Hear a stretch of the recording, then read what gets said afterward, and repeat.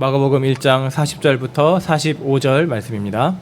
한 나병 환자가 예수께 와서 꿇어 엎드려 간구하여 이르되 원하시면 저를 깨끗하게 하실 수 있나이다.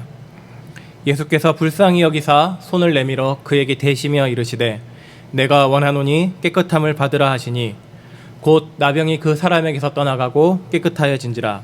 곧 보내시며 엄히 경고하사 이르시되 삼가 아무에게 아무 말도 하지 말고 가서 내 몸을 제사장에게 보이고 내가 깨끗하게 되었으니 모세가 명한 것을 드려 그들에게 입증하라 하셨더라. 그러나 그 사람이 나가서 이 일을 많이 전파하여 널리 퍼지게 하니 그러므로 예수께서 다시는 드러나게 동네에 들어가지 못하시고 오직 바깥 한적한 곳에 계셨으나 사방에서 사람들이 그에게로 나아오더라. 아멘.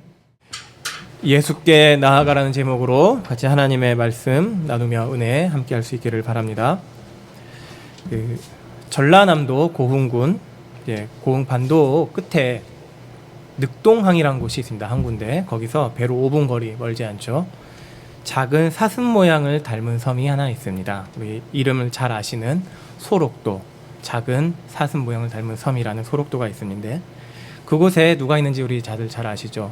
나병 환자들이라고 부르는 사람들. 오늘날은 이제 이 병을 발견한 사람 이름을 따서 한센병이라고 부릅니다. 이 한센병 만성 감염성 늘 이제 병균을 몸에 지니고 사는데 그 환자들하고 그것을 치료하는 사람들이 함께 거주하는 곳입니다. 이제 그곳 소록도 전체가 국립 소록도 병원, 섬 전체가 병원이에요. 그래서 한센병 환자를 치료하고 연구하는 전문 기관이 되었고 그것만 하는 게 아니라 이 소록도의 역사적 가치를 지키고 생태, 아름다운 자연 환경을 또 연구하는 그런 국립기관이 되었습니다. 소록도에서 언제 처음 이제 이 한센병 환자들을 치료했냐 제가 좀 살펴보니까 상당히 오래되었습니다. 110년 전으로 거슬러 올라갑니다. 이 1910년 그때 아직 대한제국이었죠. 그 개신교 선교사들이 먼저 처음에 요양원으로 그곳을 세웠는데 나중에 조선총독부가 한일병탄을 한 다음에 1916년에 소록도 자혜의원으로 한센병 환자들을 강제로 분리 수용하는 시설로 바꿔버립니다. 그때부터 이제 소록도 하면 한센병 환자들 모여 사는 곳 이렇게 이제 우리가 인식을 하게 됩니다. 한센병은 한센균이라는 특정한 세균이 일으키는 전염성 질환이고 만성 질환입니다. 세균이 다 죽는 것이라기보다 늘 세균이 몸을 지니고 있는데 이 대부분의 사람들은 이 한센균에 면역이 있어서 걸리지 않습니다. 근데 특별히 면역이 약한 사람들, 근데 이 면역이 유전이 되다 보니까 아무래도 좀 가족력이 있기 마련입니다. 주로 한센균이 피부에 침투하고 말초신경에 침투해서 병을 일으키는데 이제 우리가 피부에 침투해서 일으키는 병이 처음에 외적으로 염증이 생기죠. 피부에 염증이 생기고 점점 심하면 썩어 들어갑니다. 아마도 썩어서 문드러지는 모습 때문에 그 문둥병이라고 했던 것 같아요. 옛날에는. 근데 피부가 썩어 들어가면 이제 그것에 노출이 되고 세균이 자라게 되죠. 2차 감염 때문에 냄새가 아주 고약해지는데 그것이 꼭 시체 썩는 냄새를 풍긴다고 그럽니다. 그러니까 중증 한센병 환자들, 이미 피부가 다 썩어 문드러져서 2차 감염이 일어난 사람들은 사실상 산채로 썩어 들어가는 거죠. 피부 일부가 썩어 들어가는데 정작 본인은 그것을 느끼지 못해요. 왜냐하면 말초신경이 감염을 일으켜서 신경이 전달이 안 되다 보니까 자기가 아픈지도 모르고 감각도 없습니다. 그러니까 상처가 나서 피를 흘려도 내가 상처가 났는지 피가 나는지 주변에서 말해주지 않으면 알지 못합니다. 그래서 늘 이제 상처가 나서 피가 철철철 흐르는 그리고 썩어 문드러진 그런 모습들 보면은 환자 본인보다 주변 사람들이 더 혐오감을 느꼈겠습니다. 그런 혐오감을 일으키는 병, 한센병. 근데 이 병이 근대에 와서야 밝혀지고 원인이 밝혀져서 치료가 됐는데 아주 오래전부터 사실 이 한센병이 있어 왔습니다. 그 기원전 이집트에도 이 병에 대한 기록이 있고 우리나라 문헌에도 이 한센병에 관한 기록들이 다 있어 와서 인류 역사하고 굉장히 오랫동안 함께해온 병인데 정체를 모르니까 이 병을 어떻게 해야 되나, 옆에 있으면 감염이 되고 썩어 문드러지고 피가 나고 그렇게 죽어가는데 치료도 못하고. 그러다 보니 할 수 있는 방법은 딱 하나뿐입니다. 격리시키는 거. 그저 격리시켜가지고 치료가 되면 뭐 나은 거고, 그렇지 않으면 거기서 그렇게 살다가 죽는 것이 치료법이 개발되기 전까지 할 수 있었던 전부입니다. 이런 격리시키는 내용이 우리가 레위기 13장, 14장에 길게 기록이 되어 있습니다. 조금 이제 기술적으로 말하자면 레위기에서 말하는 나병이라는 이 병은 곧 한센병 그거 자체는 아닙니다. 한센병도 포함이 되는데 일단은 정확하게 진단할 수 없는 피부병 전체, 그래서 전염이 되거나 그런 하나님 앞에 보시기에 문제가 되는 그런 병을 전부 다 이제 나병이라고 통칭을 합니다. 뭐 피부에 뭐가 나죠. 뭐 뾰루지가 나거나 점이 생기면 숨기면 안 돼요. 일단 제사장에게 먼저 가야 하고, 제사장이 이제 환부를 쭉 살펴봅니다. 살펴보고 이상이 없네? 근데 뭔가 변화가 없는 것 같은데 징조가 이상하다 싶으면 7일을 격리하고 7일 뒤에 다시 봅니다. 근데 또 변화가 또 없으면 7일 동안 한 번 더 격리합니다. 우리 코로나 격리 기간 14일인데 총 이제 길게는 14일 동안 격리된 다음에 피부에 더 이상이 없다, 번지지 않았다 그러면은 제사장이 너는 정결하다, 집으로 갈 수 있습니다. 근데 제사장이 환부를 보고 병이 생겼네, 너는 이거는 나병이다 진단을 하면 그때부터 완전히 얘기가 달라집니다. 제사장이 그 환자에게 선언을 하죠. 부정하다. 제사장이 나병으로 진단하고 부정하다 선언한 사람은 레위기 13장 45절 말씀 나오는 것처럼 행해야 했습니다. 나병 환자는 옷을 찢고 머리를 풀며 윗입술을 가리고 외치기를 부정하다 부정하다 할 것이요. 그러니까 이거예요. 옷을 찢고 머리를 풀어 헤치고 윗입술 이렇게 가리고 부정하다 부정하다, 자기가 부정하다라고 얘기를 하는 겁니다. 옷을 찢고 머리를 풀고 이런 윗입술을 가리는 행동들은 슬픔을 나타내는 행동, 몸짓입니다. 근데 이것이 죽음에 대한 슬픔. 구약 성경에서 보면은 옷을 찢는 것이 꽤 여러 군데 나옵니다. 대부분 큰 화를 당하였을 때예요. 어떤 큰 재앙이 일어났을 때, 하나님이 재앙을 내리셨을 때, 사람이 크게 많이 죽었을 때, 사람이 목숨을 잃을 때 이렇게 했습니다. 머리를 풀고 옷을 찢고 죄를 뒤집어 쓰고 자신을 완전히 망가뜨리죠. 그런 모습으로 어마어마한 슬픔을 지금 내가 겪고 있다. 지금 나병으로 진단받은 사람이 그렇게 해야 했습니다. 그러니까 나병은 그냥 조금 몸이 아픈 병이 아닌 것으로 인식된 것입니다. 나병에 걸린 사람은 어떤 거냐면 지금 나 자신이 죽은 자다. 나는 이 병 때문에 시체와 다름없다. 죽은 것이나 다름없다. 자신을 위해 슬퍼하는 것이죠. 나는 죽은 자다. 나는 죽은 자다. 시체는 부정한데 똑같이 나도 부정하다. 부정하다. 하나님 앞에 부정한 자다. 그래서 나와 접촉하면 접촉한 것에도 부정한 게 없는다. 그러니까 나를 피하시오. 나를 피하시오. 그렇게 외치고 피하라고 알리는 것입니다. 근데 우리가 이제 레위기를 보면서 정하다, 부정하다를 좀 생각을 할 때에 부정하다는 일반적으로 뭐 잘못이 있는 것 같은데 사실 그렇지 않습니다. 레위기에서 의식법에서 얘기하는 부정하다는 그냥 하나님이 그 기준에서 정결하지 않은 상태, 그냥 그렇게 말하는 겁니다. 그러니까 정결한 상태가 될 수 있는 거예요.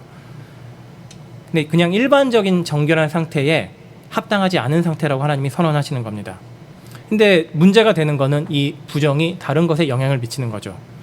부정한 것에 접촉하면 접촉한 것도 부정해집니다. 근데 정결한 것에 접촉한다고 정결한 게 옮겨가진 않습니다. 성막은 거룩한 곳이죠. 특별히 구별된 곳이고 이스라엘 사람들이 생활하는 곳은 정결한 곳입니다. 그게 기본적인 상태입니다. 그런데 나병 환자는 하나님께 부정한 존재가 되어서 그 이스라엘 살고 있는 곳에 맞지 않게 됩니다. 그래서 나병 환자가 어떻게 해야 되냐? 진영에서 떠나가야 합니다. 이것을 레위기 13장 46절에서 이렇게 말씀합니다.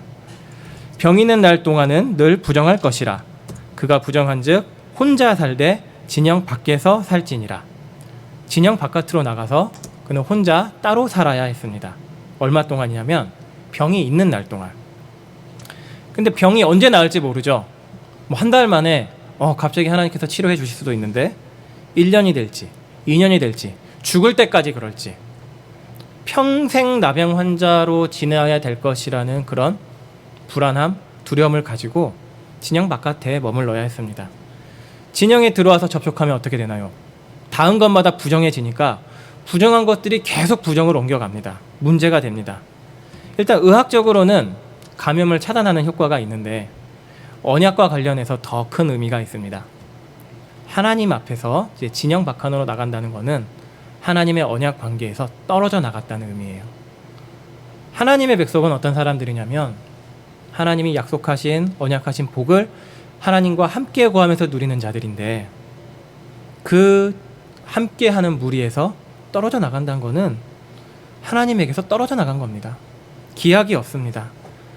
그곳 진영 바깥은 죄인과 동등한 취급을 받는 것, 죄인이 쫓겨나는 곳, 부정한 자도 쫓겨나는 곳, 하나님께 합당하지 않은 자가 쫓겨나는 것이고 진영 바깥에서는 하나님께 큰 중죄를 범한 자가 돌에 맞아 죽는 것입니다.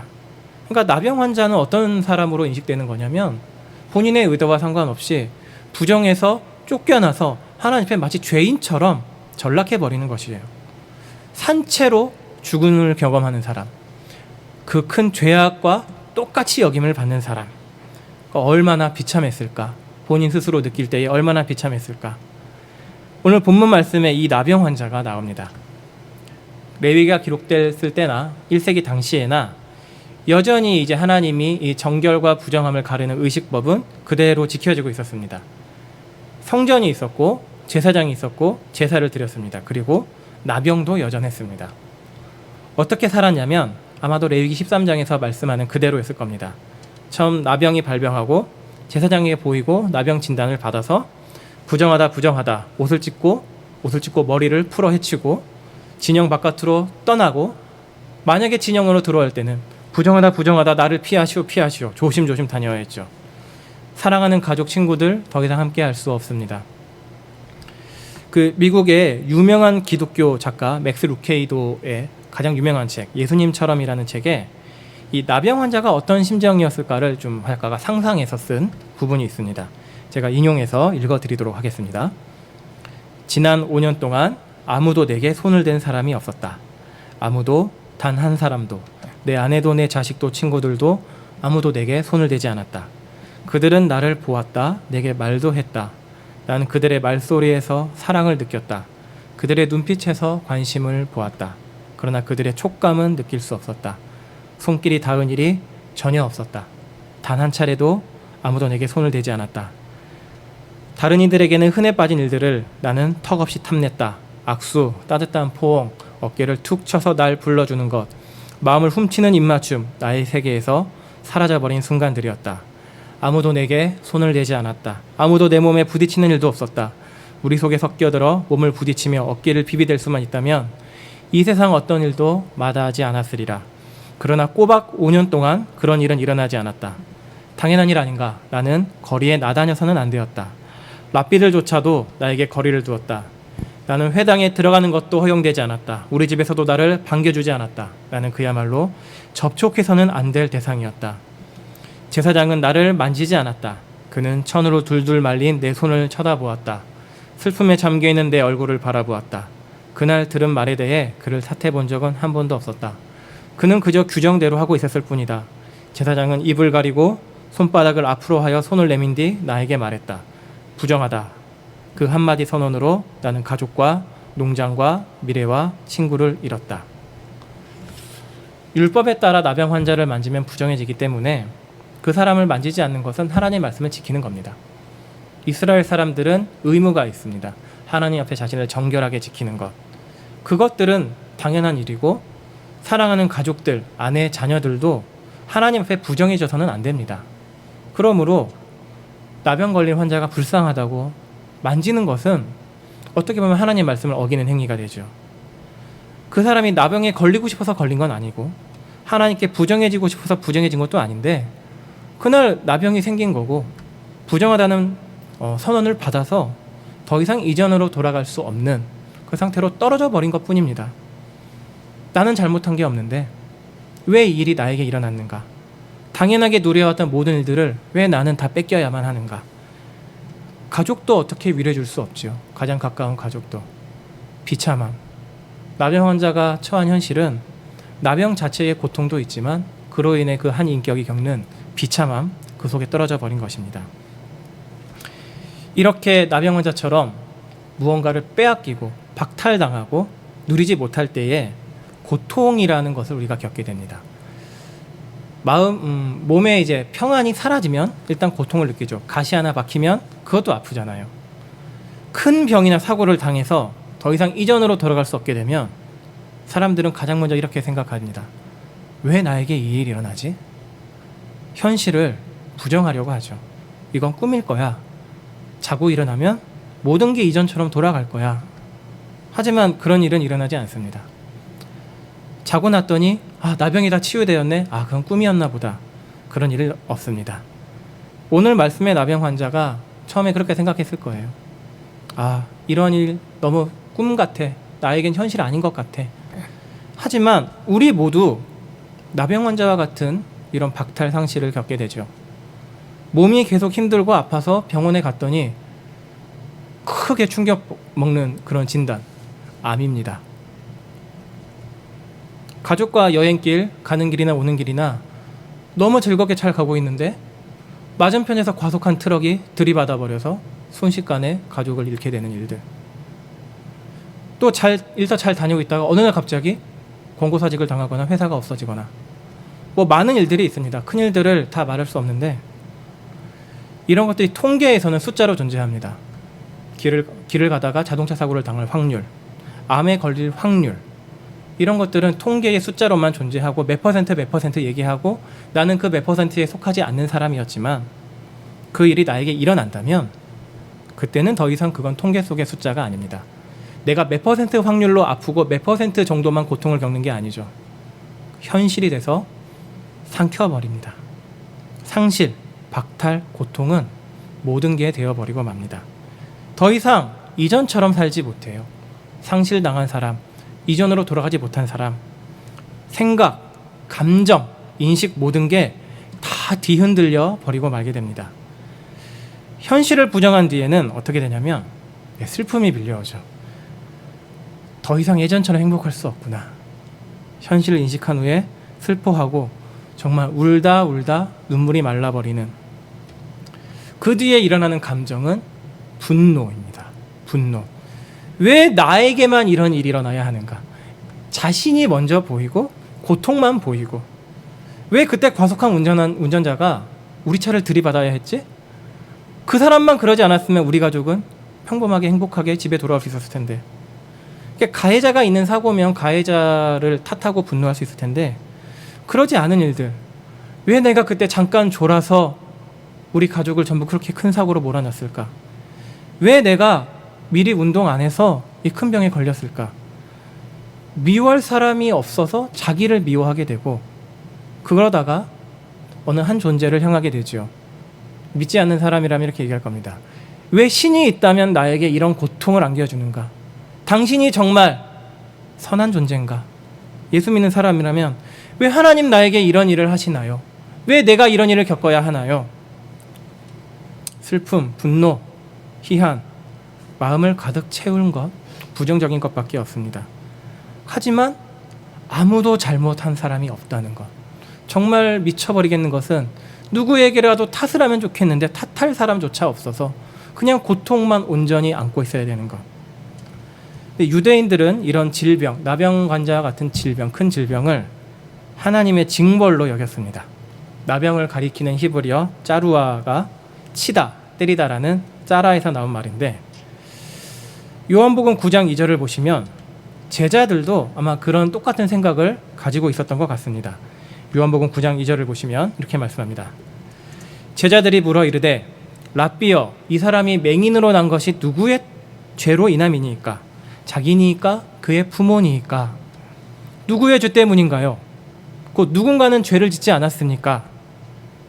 죄에 대해 벌하시는 것이라고 생각하는 것 뭡니까? 인과응보, 심은 대로 거두는 것. 하나님은 공의로우셔서 죄에 심판하시는 분. 이것은 맞는 말입니다. 악에 대해서 심판하시고 죄에 대해 벌을 내리시지요. 그래서 욥이 겪은 고통을 보고 세 친구들이 모두 똑같이 말하는 겁니다. 내가 잘못한 것이 있으니까 하나님께서 너를 치셨다. 내 잘못을 하나님께 인정해라, 자복해라, 그리고 회개해라. 그러면 하나님께서 너에게 질병을 거두실 것이다. 그 말 자체는 맞는데 욥이 잘못한 게 과연 있느냐는 것입니다. 욥을 읽을 때 1장, 2장 보시면 하나님이 두 번이나 욥에게 동일하게 말씀하십니다. 그와 같이 온전하고 정직하여 하나님을 경외하며 악에서 떠난 자가 세상에 없느니라. 이게 욥에 대한 하나님의 판단이에요. 잘못한 게 없는 사람이다. 하나님 보시기에 온전한 자고 정직한 자고 나를 경외해서 다른 사탄 너희가 보는 것처럼 악을 행하는 자가 아니다.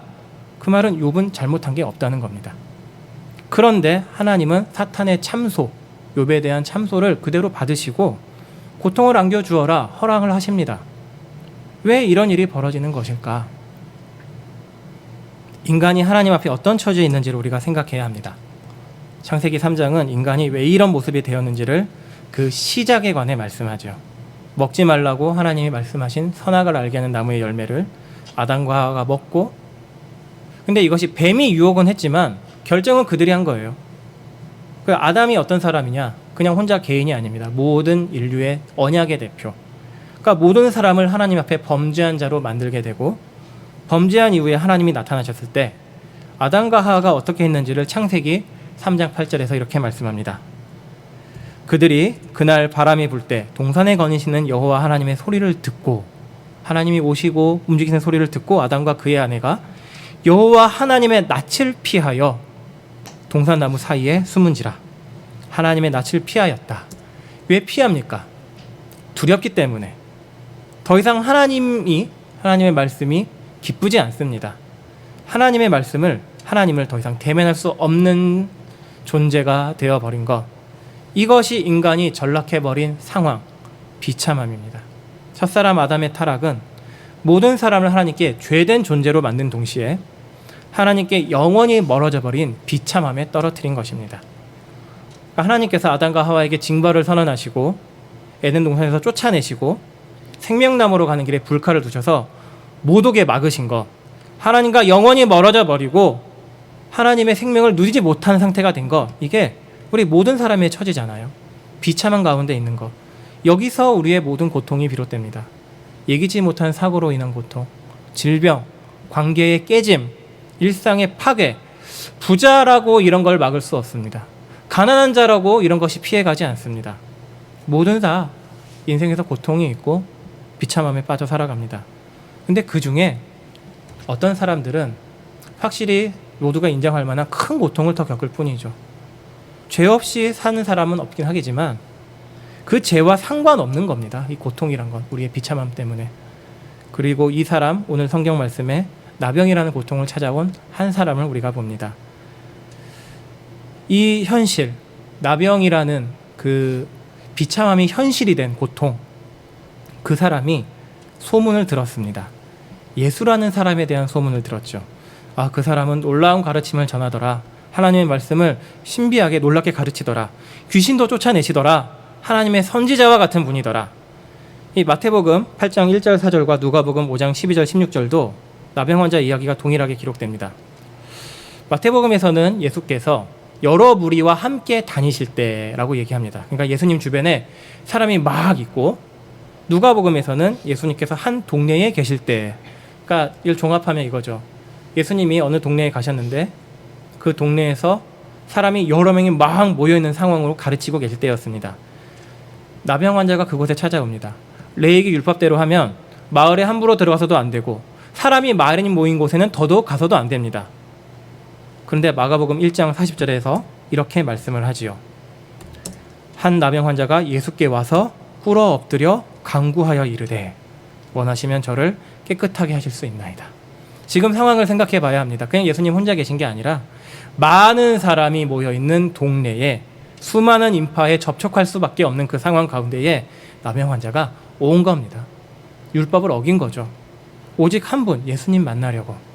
어떤 마음이었을까 상상을 해보는데 기대도 있었을 것 같고 여전히 분노가 앙금처럼 남아있을 수도 있을 것 같습니다. 어쨌든 나병 환자가 그냥 자기 자신의 모든 것 그대로 가지고 예수님께 옵니다. 근데 들어왔다 쳐도, 마을에 들어왔다 쳐도 함부로 접촉해서는 안 되는데 지금 나병 환자는 그런 걸 신경 쓸 태가 없죠. 예수님만이 목적이기 때문에, 치료받아야 되기 때문에 율법을 어기고 옵니다. 그냥 나들이 가는 기분 아니에요. 목숨 걸고 오는 겁니다. 율법을 어겼다, 돌 들고 쳐도 할 말이 없습니다. 그래도 나아갑니다. 예수님만이 이 비참한 현실에서 나를 건져줄 유일한 소망이시라는 것. 돌파구가 예수님밖에 없기 때문에, 내가 지금 의지할 사람은 그분밖에 없기 때문에 나와서 꿇고 큰 소리로 울부짖습니다. 예수께서 원하신다면, 그것이 주님의 뜻이라면 저를 깨끗하게 하실 수 있습니다. 무릎을 꿇고 엎드리는 것, 자기를 그냥 다 내어드리는 거죠. 크게 소리치는 것, 그 사람이 어떤 욕망을 갖고 있는가 정말 완전하게 드러내줍니다. 깨끗해지기 원한다. 다시 율법이 정한 대로 정결해져서 이전에 기쁘게 누리던 것 다 회복하고 싶다. 박탈당했던 일상으로 내가 돌아가고 싶다. 그게 그 사람의 소망의 전부입니다. 근데 그것은 내가 원한다고 되는 게 아니라 예수님이 원하셔야만 됩니다. 마지막으로 의지할 분은 누군가? 예수밖에 없다. 저에겐 소망이 없습니다. 그 마음의 밑바닥을 지금 토해내고 있습니다. 우리가 고통을 겪을 때 기도가 바뀝니다. 평상시에는 이제 여러저런 문구를 가지고 기도하고 방언으로 기도하기도 하지만, 정말 목숨이 경각에 달려 있고 큰 위기가 해결되지 않으면 풍비박산 날 것 같은 그 상황에서는 우리의 기도는 생각보다 많이 단순해집니다. 하나님 살려주세요. 예수님 살려주세요. 구해주세요. 정말 그거 외에 다른 기도를 우리가 드리지 못하죠. 구체적인 기도의 내용이 고통을 이야기한 문제로 아주 명확하게 좁혀집니다. 그리고 우리가 기도하는 대상인 하나님도 더 명확하게 우리 앞에 보이게 됩니다. 하나님 아니고서는 이 문제 해결될 수 없습니다. 예수님만이 이 문제를 해결하실 수 있습니다. 저는 이거 감당하지 못합니다. 하나님이 아니면 저는 죽은 목숨입니다. 그래서 살려주세요. 도와주세요. 하나님의 아들 우리 구주 예수시여, 죄인인 우리를 불쌍히 여겨주소서. 그러니까 우리가 어둠 속에 빠지면 참 놀라운 신비가 거기에 있습니다. 주님을 더 명확히 선명하게 바라보게 됩니다. 주님의 자비와 긍휼을 구하고 주님을 찾게 되고, 하나님의 사랑만이 우리의 소망이 된다는 것을 정말 우리의 심령 깊은 곳에서 깨닫게 됩니다. 그래서 울부짖죠. 불쌍히 여겨주시옵소서. 불쌍히 여겨주시옵소서. 사랑만 우리가 간구하게 됩니다. 그렇게 우리가 하나님의 사랑을 바라보는 자, 우리 같이 주만 바라볼지라 찬양 부르시고 말씀을 이어가겠습니다.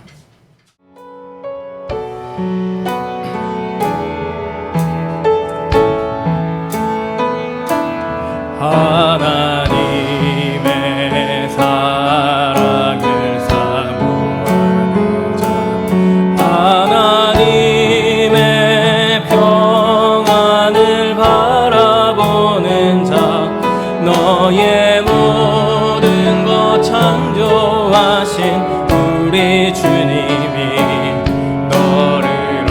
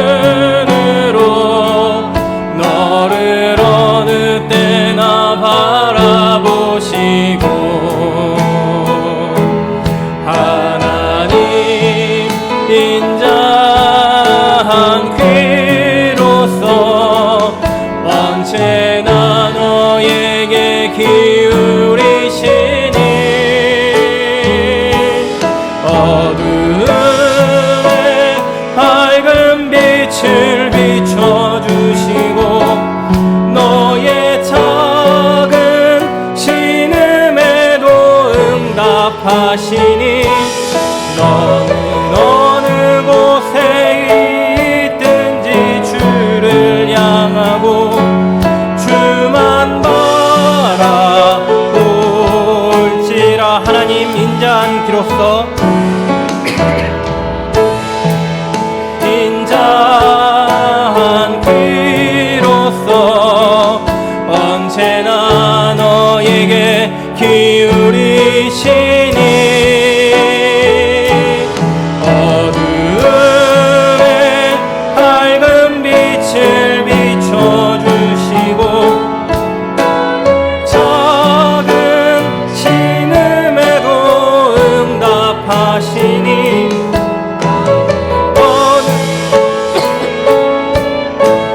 주를 향하고 주만 바라볼지라 주만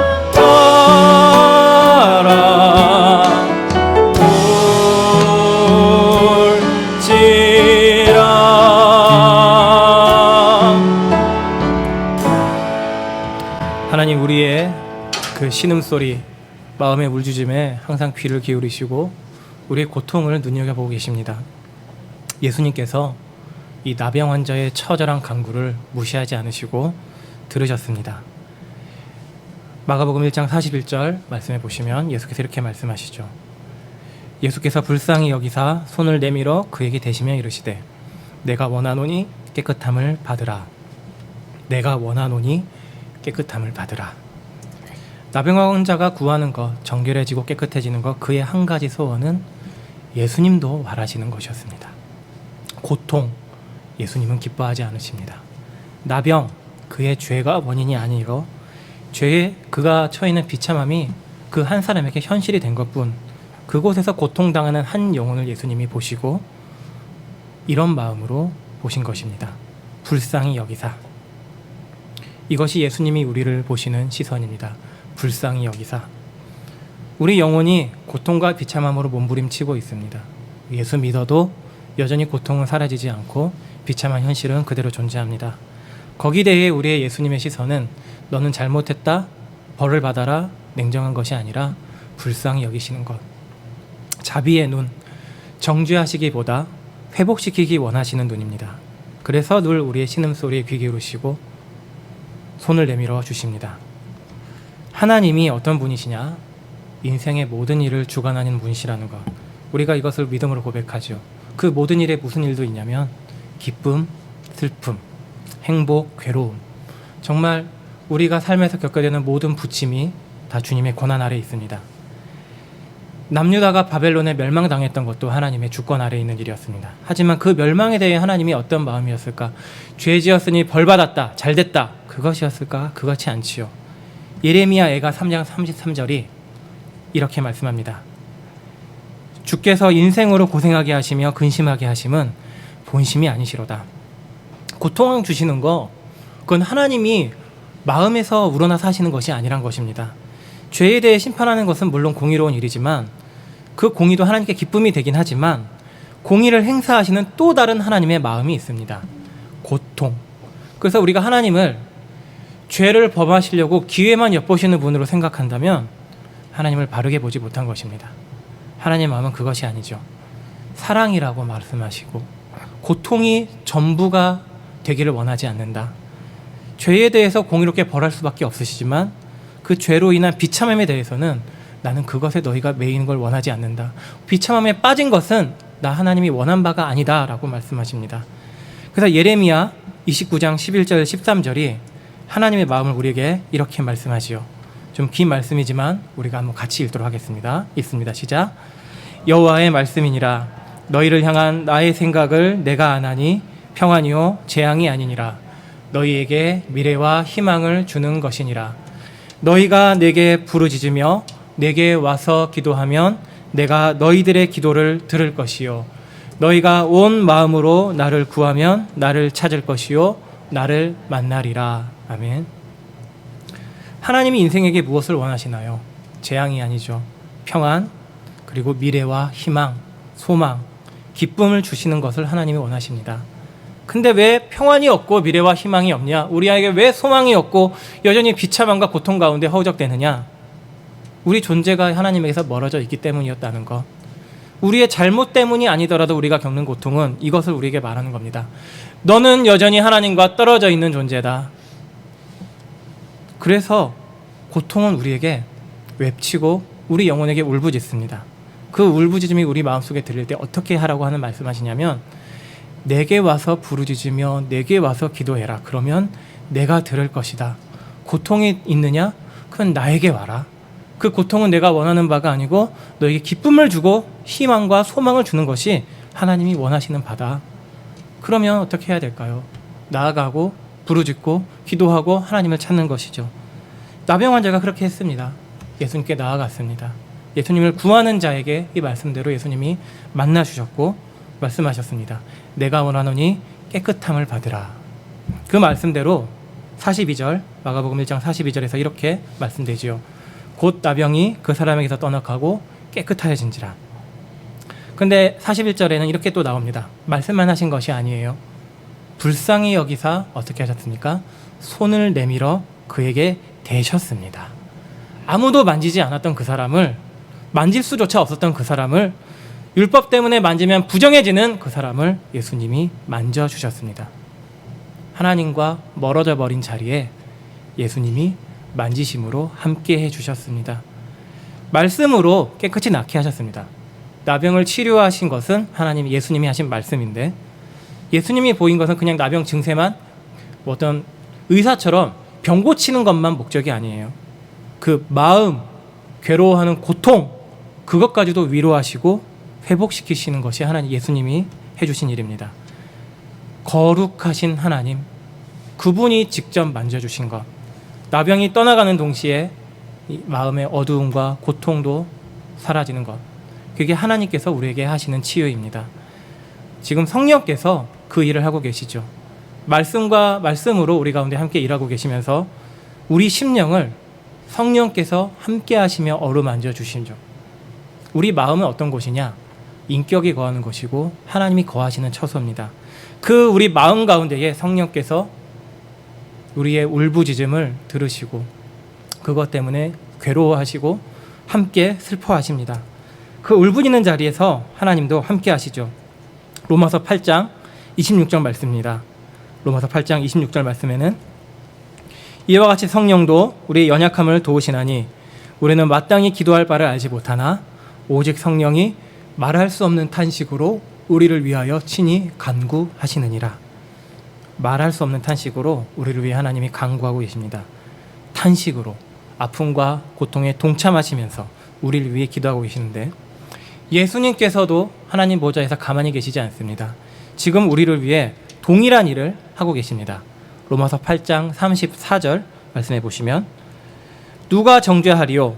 죽으실 뿐 아니라 다시 살아나시는 예수 그리스도시니 죽으셨다가 부활하셔서 하나님 보좌 우편에 앉아 계신 그는 하나님 우편에 계신 자요 우리를 위하여 간구하시는 자신이라.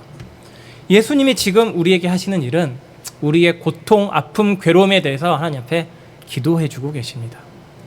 함께 성령께서 우리를 위해 기도하시고 성자께서 성부 하나님 앞에 기도하시는데 어떤 식으로 기도하시냐면 십자가 죽음을 하나님 앞에 보이심으로써 기도하십니다. 내가 이 불쌍한 영혼을 회복하고 자유롭게 하기 위해 십자가에 피 흘려 죽었습니다. 성부 하나님, 나의 생명을 이 불쌍한 영혼의 생명이 되기 위해 내가 죽었습니다. 나의 기쁨이 이 고통으로 몸부림치는 영혼의 기쁨이 되기 위해 내가 죽었습니다.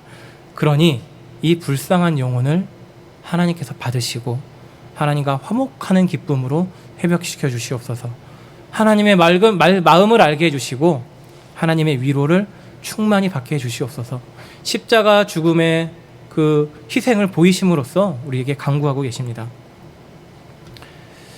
이것이 그냥 하늘 보좌뿐만 아니라 지금 우리 심령 가운데에 성령께서 일하심으로 진짜로 우리의 것이 되는 것. 하나님께서 우리에게 베푸시는 치유가 무엇이냐? 병이 낫는 것, 그것도 치유지만 우리 영혼의 비참함을 돌이키게 하시고 회복시키시는 것. 전 인격이 하나님의 기쁨을 다시 회복하게 되는 것. 이것이 하나님께서 우리에게 베푸시는 치유입니다. 그것이 가능할 수 있는 이유는 예수님께서 십자가 고통 속에 우리의 모든 고통을 다 담아내셨기 때문에. 십자가에 죽으신 것은 그냥 혼자 죽으신 게 아니에요. 우리 죄만 지고 죽으신 것이 아니라 그 죄 때문에 겪는 모든 고통도 못 박히시면서 가시면류관 쓰시면서 겪으신 것입니다. 그래서 그 고통을 다 감당하심으로써 해결되었다 우리에게 선언하시고, 또한 그것이 끝이 아니죠. 부활하셔서 봐라, 이 고통이 너희의 최종적인 결론이 아니다. 오히려 믿는 자는 고통을 통해 하나님께로 나아가고 하나님의 생명을 얻는 놀라운 복을 누리게 된다. 놀라운 회복이 약속되었다. 부활을 통해 우리에게 보이셨습니다. 그래서 우리가 예수님을 생각하면 회복을 말할 수 있는 것, 십자가가 있고 부활이 있다는 것, 우리가 이 예수님의 놀라운 고통당하심, 우리의 고통을 함께 지시고 우리를 자유케 하심을 우리 함께 찬양하면서 더 은혜 나눌 수 있길 바랍니다. 만왕의 왕 내 주께서 왜 고통당했나 같이 찬양 부르시고 우리 마지막 부분 살펴보도록 하겠습니다.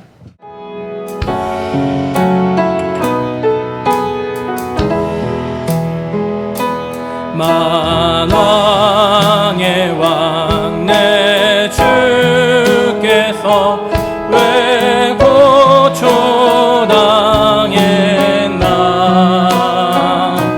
이 벌레 같은 날 위해 그 보혈을 흘렸네. 십자가 내가 처음 볼 때에 나의 맘에 큰 고통 사라져. 오늘 믿고서 내 눈 밝았네. 참 내 기쁜 영원. 3절입니다. 늘 울어도 그 큰 은혜 다 갚을 수 없네. 나 주님께 몸 바쳐서 주의 이름 쓰리. 십자가 내가 처음 볼 때에 나의 맘에 큰 고통 사라져.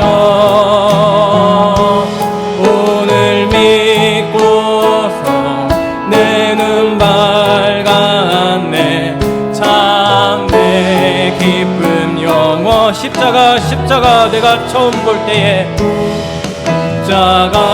십자가 내가 처음 볼 때에 나의 맘에 큰 고통 사라져.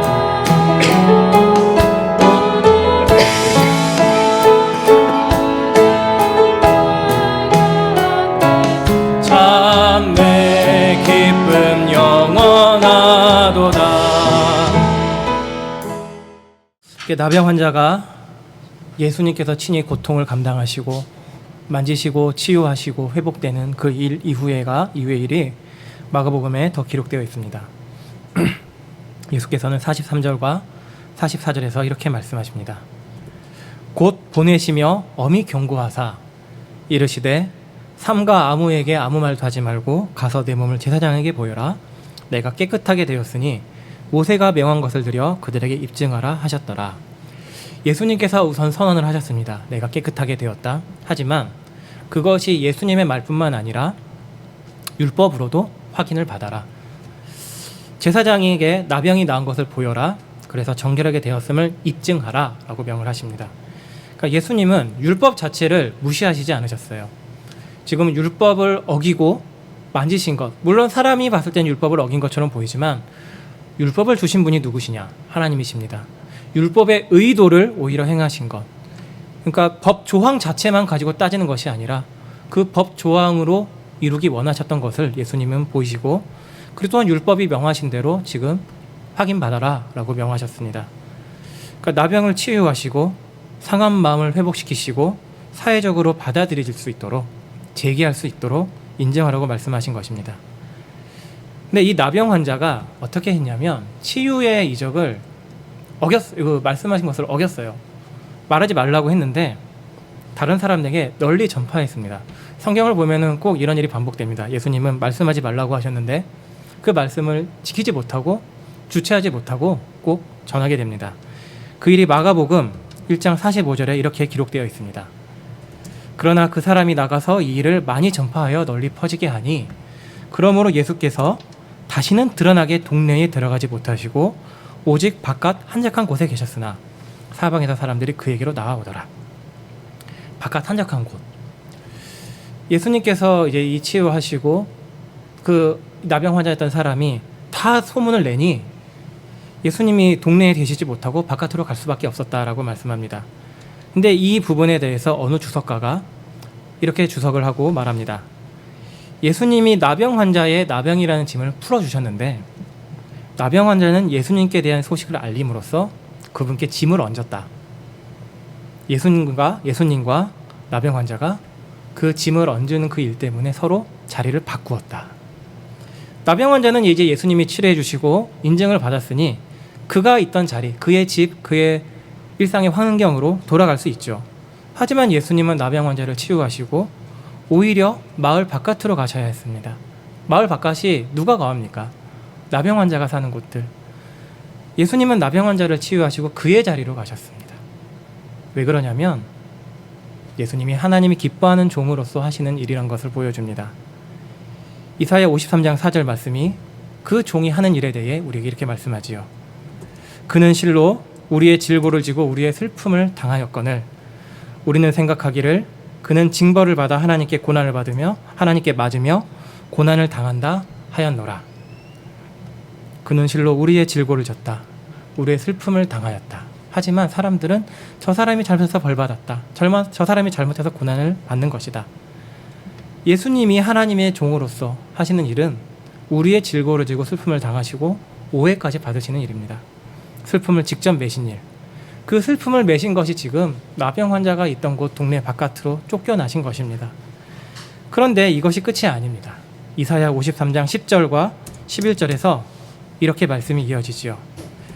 여호와께서 그에게 상함을 받게 하시기를 원하사 질고를 당하게 하셨은즉 그의 영혼을 속건제물로 드리기에 이르면 그가 씨를 보게 되며 그의 날은 길 것이요 또 그의 손으로 여호와께서 기뻐하신 뜻을 성취하리로다.